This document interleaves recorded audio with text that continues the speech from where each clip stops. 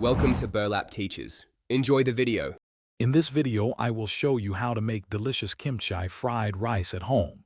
First, ensure you have all your ingredients ready, especially well-fermented kimchi and leftover cold rice.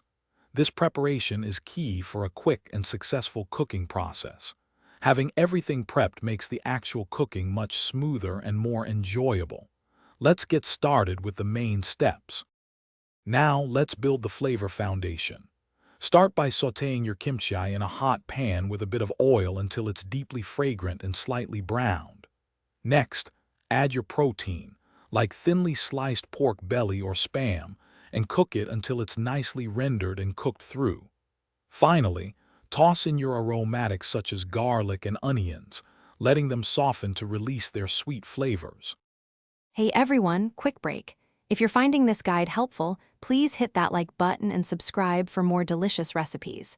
On another note, imagine cooking to your favorite tunes or a fascinating podcast.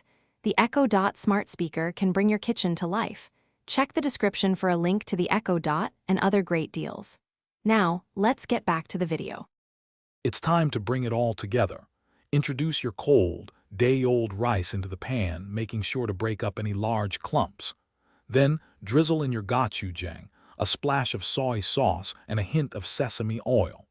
Stir-fry everything with enthusiasm, ensuring every grain of rice is coated and heated through. This step is crucial for achieving that perfect, savory balance. Almost there. Now give your kimchi fried rice a quick taste test and adjust the seasonings if necessary. Maybe a little more spice or a dash of salt. Once perfected, transfer it to a serving plate.